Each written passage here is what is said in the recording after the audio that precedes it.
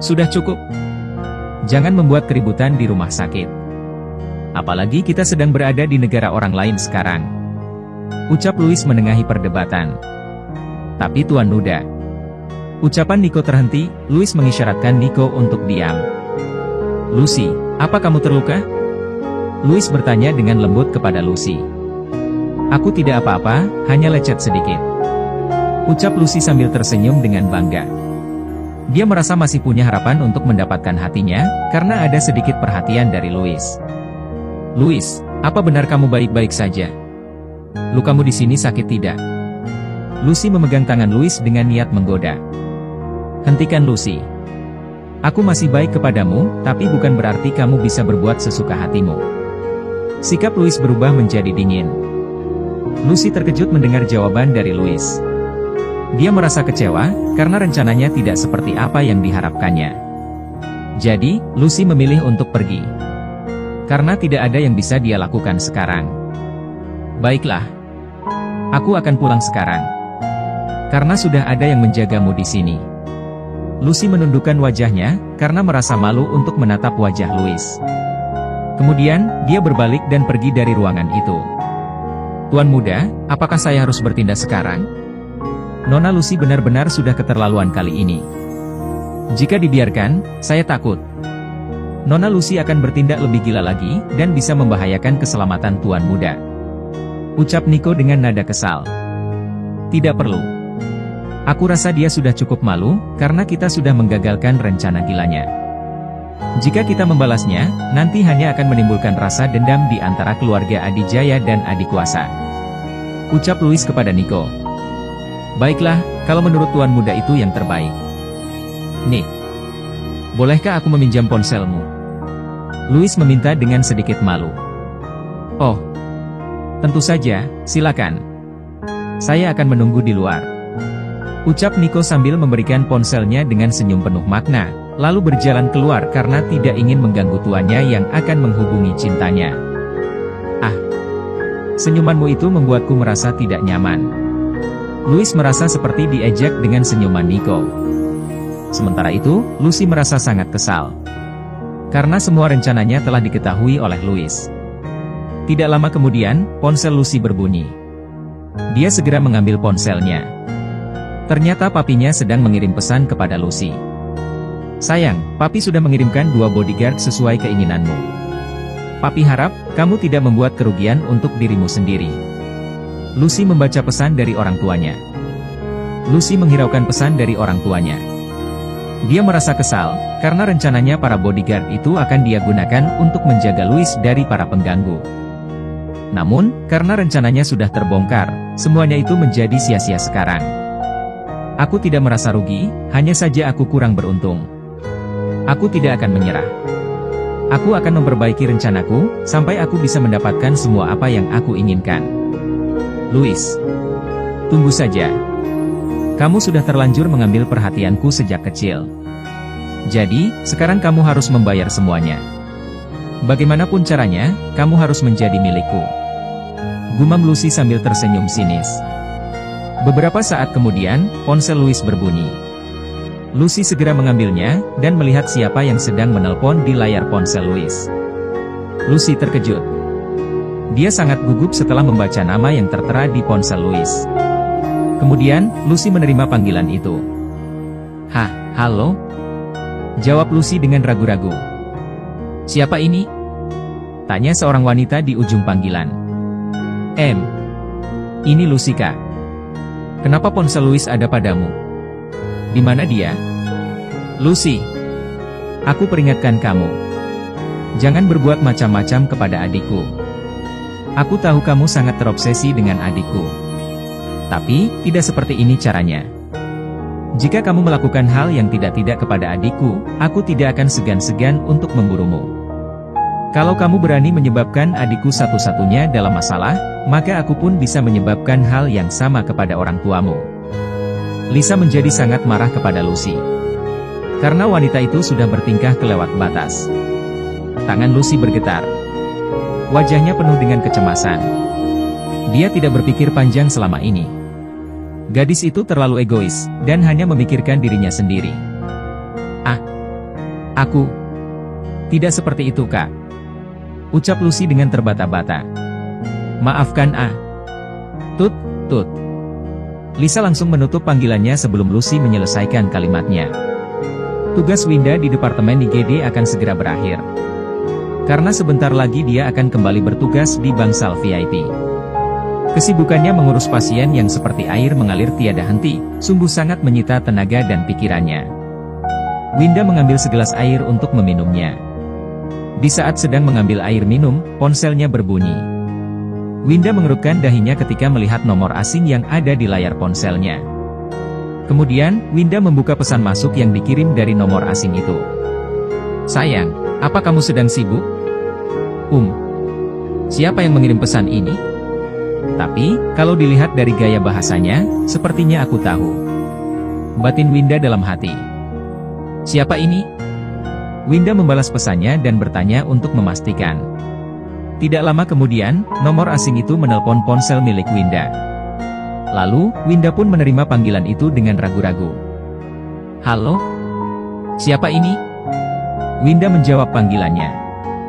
Halo sayang. Bagaimana kabarmu di sana? Apakah kamu merindukanku? Sudah aku duga, ini pasti kamu. Kenapa kamu memakai nomor baru?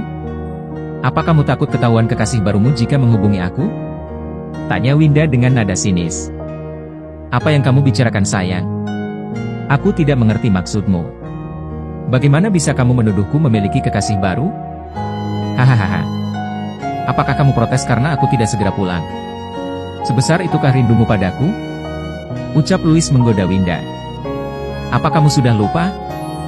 Baru beberapa jam yang lalu, kamu memintaku untuk melupakanmu. Karena kamu lebih memilih untuk bersama Lucy sekarang. Winda membalas menyindir Louis. Louis terkejut. Dia mulai mengerti dengan keadaan situasinya sekarang. Kemungkinan, tadi Lucy sudah mulai menjalankan rencananya dengan mengirim berita-berita yang tidak benar kepada Winda. Hahaha. Aku tidak mungkin meminta itu darimu. Karena yang aku inginkan, hanya memintamu untuk menjadi sajadahku. Jawab Louis. Sajadah? Kenapa sajadah? Kenapa kamu memintaku untuk menjadi sajadahmu? Tanya Winda semakin bingung. Karena suatu hari nanti, aku akan beribadah di atasmu. Ucap Louis dengan lembut. Ya, memang itulah yang diharap-harapkan Louis suatu hari nanti bersama Winda. Mata Winda mulai berkaca-kaca saat mendengar kata-kata dari bibir Louis. Berdirilah di hadapanku. Dan katakanlah kalimat itu secara langsung di depanku. Ucap Winda setelah terdiam beberapa saat. Tunggulah. Hari itu pasti akan tiba. Debaran jantungku ini akan menjadi saksi, bahwa kamulah yang akan jadi milikku sepenuhnya. Ucap Louis meyakini kata-katanya. Dasar tukang gombal. Andai saja kamu ada di sampingku. Pasti lenganmu sudah merah semua aku cubitin. Winda tertawa membayangkan ekspresi wajah Louis. Jika itu bisa membuatmu bahagia, aku rela. Tapi, itu harus ada bayarannya. Kamu harus membuatku puas. Ucap Louis tidak mau kalah. Dasar. Tidak mau rugi ya? Winda masih tertawa lembut. Sudah dulu ya. Pasienku masih banyak nih. Sekarang ini pun kamu juga sedang berbicara dengan pasien, ucap Louis dengan manja. Sudah bercandanya. Aku tutup ya. Winda menutup teleponnya sebelum Louis sempat berkata-kata lagi. Winda masih tersenyum-senyum sambil memasukkan ponselnya ke dalam saku. Saat membalikan badannya, Winda terkejut. Sepasang mata tajam milik seorang pria, yang dari tadi berdiri di depan pintu itu sedang mengawasinya. Seketika itu, raut wajah Winda berubah menjadi dingin. Winda melangkah keluar tanpa memperdulikan sepasang mata yang terus melihatnya. Ketika Winda melewati pria itu, namun, pria itu meraih tangan Winda dan menahannya untuk pergi. Kelihatannya kamu sedang bahagia. Kalau aku boleh menebak, kamu baru saja menerima panggilan dari kekasihmu ya? Tanya Ari merasa hatinya tidak tenang. Itu bukan urusan Anda senior Ari. Ucap Winda dengan dingin. Berhenti memperlakukan aku seperti itu. Ari mendorong tubuh Winda hingga tersandar di dinding. Kemudian, Ari mendekatkan wajahnya persis di depan wajah Winda. Winda terkejut dengan perilaku Ari yang tiba-tiba menjadi kasar kepadanya.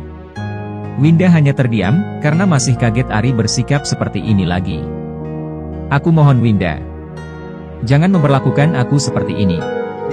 Jangan abaikan aku. Sungguh hatiku merasa sangat sakit. Ari menempelkan tangan Winda di dadanya.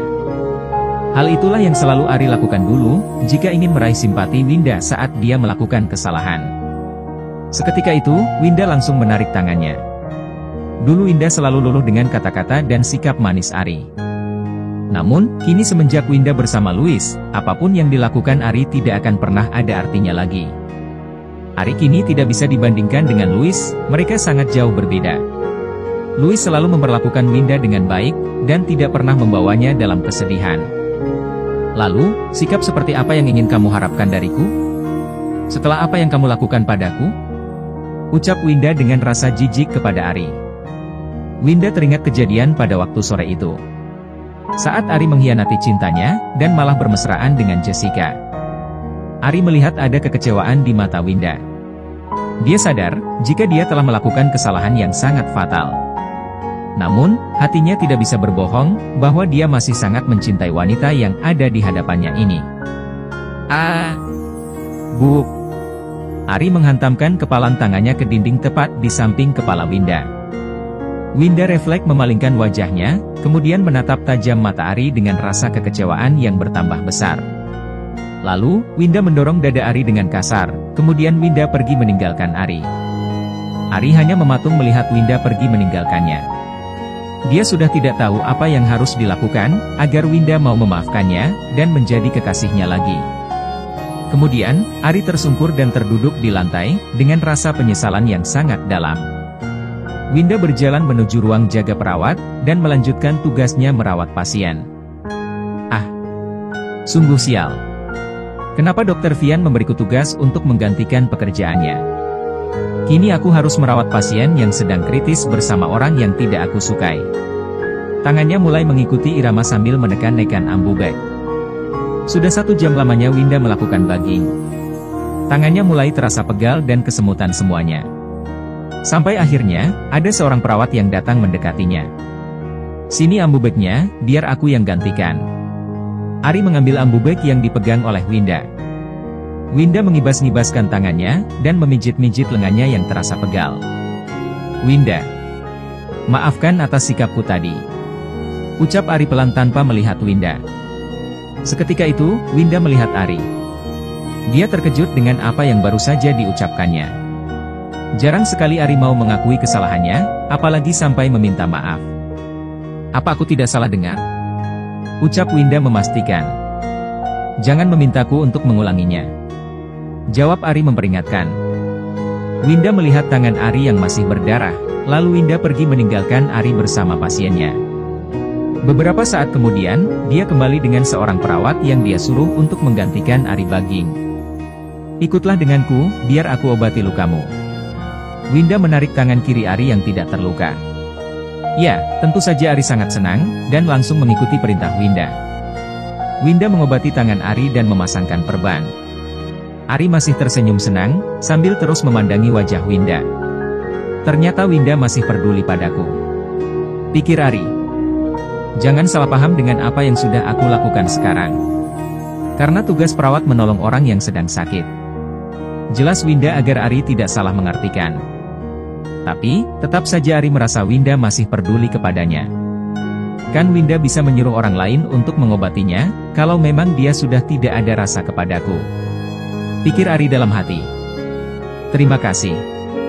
Karena kamu sudah mau mengakui kesalahanmu dan meminta maaf. Itu pasti sangat sulit bagimu. Sekarang, aku hanya bisa menjadi temanmu. Jadi, jangan berharap lebih dari itu. Karena aku sudah bahagia bersama Louis. Ucap Winda sambil menatap Ari. Setelah mendengar kata-kata yang baru saja diucapkan oleh Winda, Ari merasa benar-benar sudah berakhir sekarang. Hubungan cintanya yang selama ini dia bangun dengan susah payah bersama Winda, kini hanya akan menjadi kenangan. Oke.